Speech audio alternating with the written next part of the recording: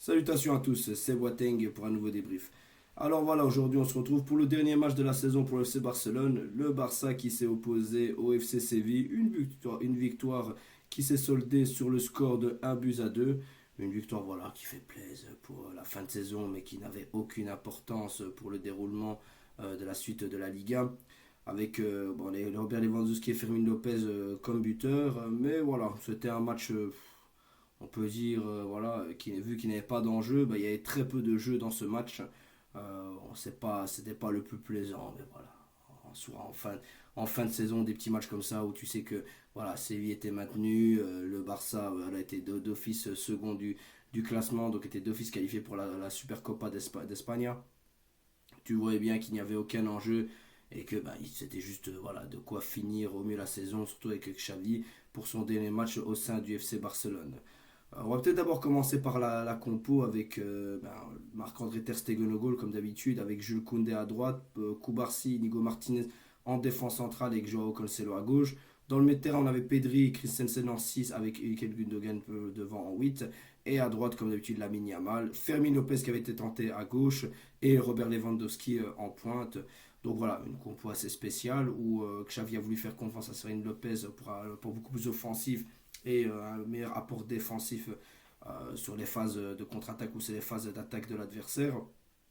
On a eu voilà, les réelles valeurs sûres de la saison qui ont confirmé, tel Lamine Yamal qui a fait encore une fois un match extraordinaire, comme on a pu le voir sur le but de Robert Lewandowski, où il percute sur la droite, donne à Cancelo, Cancelo qui centre pour Robert Lewandowski qui va marquer en ninja, faire sa petite touchette, sachant qu'en plus sur une piste derrière était hors jeu, et voilà, Robert Lewandowski qui marque, voilà, en fin de saison, c'était plus comme je l'avais dit, c'était dans les moments importants qu'on avait besoin de lui. Il marque, il a 19 buts cette saison en Liga. Bien joué pour lui. Il n'aura pas le Pichichi. Mais voilà, c'était assez intéressant à ce niveau-là pour lui. Et on a eu un Barça qui a eu beaucoup d'occasions en première mi-temps. On a eu aussi un Barça qui était très très faiblard sur les phases défensives, à l'image du goal de Youssef Nesseri, qui fait plaisir pour la sélection marocaine, même si on aimerait qu'il soit aussi percutant que son équipe nationale.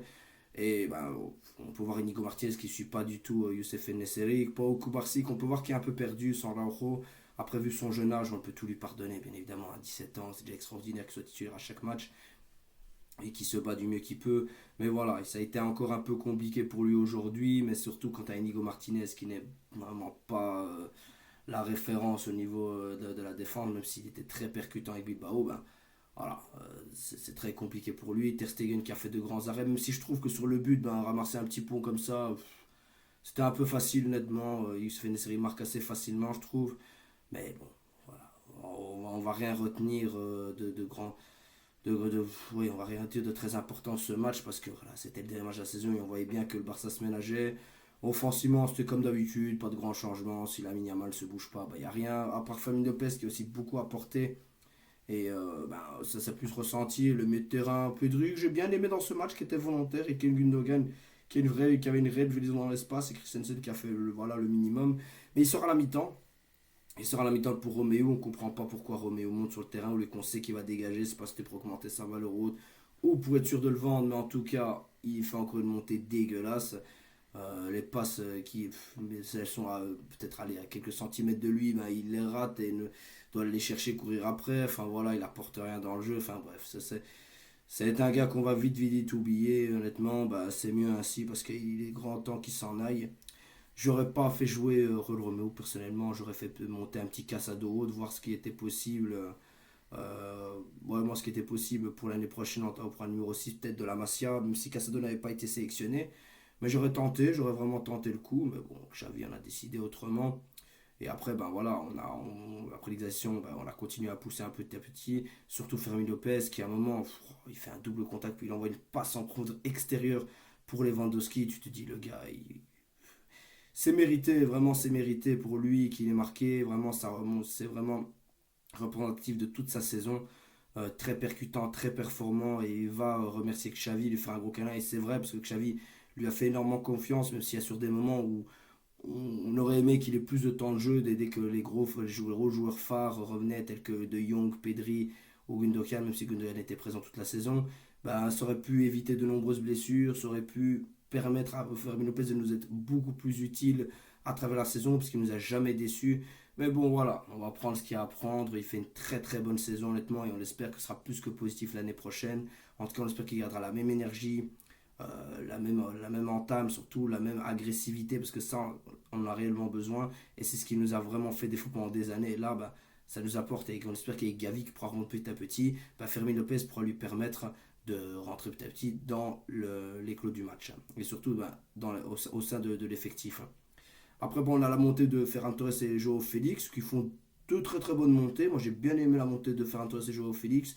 Bah, c'était, voilà, ils ont apporté techniquement, je trouvais, ils ont assez percuté. Joao Félix n'a pas eu non plus énormément d'occasions, mais on voyait qu'il voulait marquer, qu'il voulait montrer qu'il avait le niveau pour le FC Barcelone.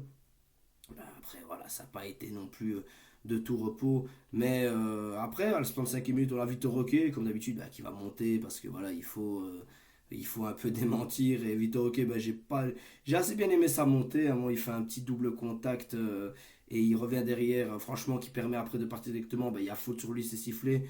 Bah, voilà, sur le peu de ballon qu'il a eu, moi j'ai bien aimé. Après, voilà, tu peux pas juger, comme l'a dit, comme Amanda Fuchsel et Benjamin Sylvain en parlaient, bah, on peut pas juger grand chose parce qu'il monte à cheval dans des petits moments de fin de match où c'est soit des moments un peu compliqués et c'est pas comme si on était très très à l'aise dans les matchs où il a pu monter, il a pu nous sauver sur des matchs à l'image de Sasuna comme je l'avais dit et même sur le match d'Alaves où il fait une bonne montée, il marque. Mais bon voilà, bah, il n'a pas pu marquer, c'est pas un problème du tout, on verra pour la prochaine quels sont les plans pour lui avec Elsie, avec Flick. Ben on verra bien, on verra bien. En tout cas, Xavi joue son dernier match de la saison.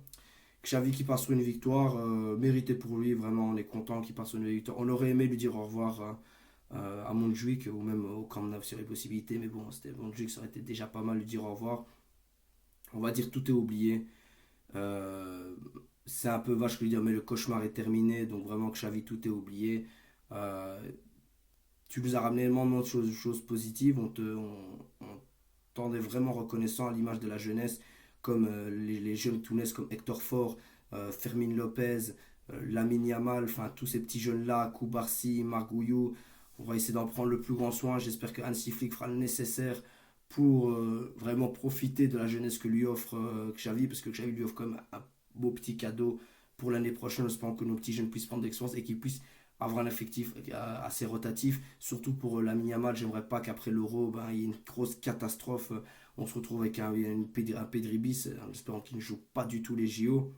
Tout comme pour Koubarsi, mais Koubarsi sera plus sur le banc, je pense. Je pense pas qu'il sera titulaire. Mais voilà, on espère que Asifi fera le nécessaire et qu'il pourra profiter du travail de Xavi, parce qu'il y a eu beaucoup de choses positives, comme bien évidemment il y a eu beaucoup de choses négatives, mais ça on en reviendra prochainement sur le bilan de Xavi. On le remercie quoi qu'il arrive, on le remercie réellement. Tu resteras une grande légende du club. Ça n'a pas fonctionné, tu n'étais pas prêt, c'est pas grave, honnêtement, voilà, c'est fini, c'est comme ça. Il fallait que ça se termine. On te remercie pour tout.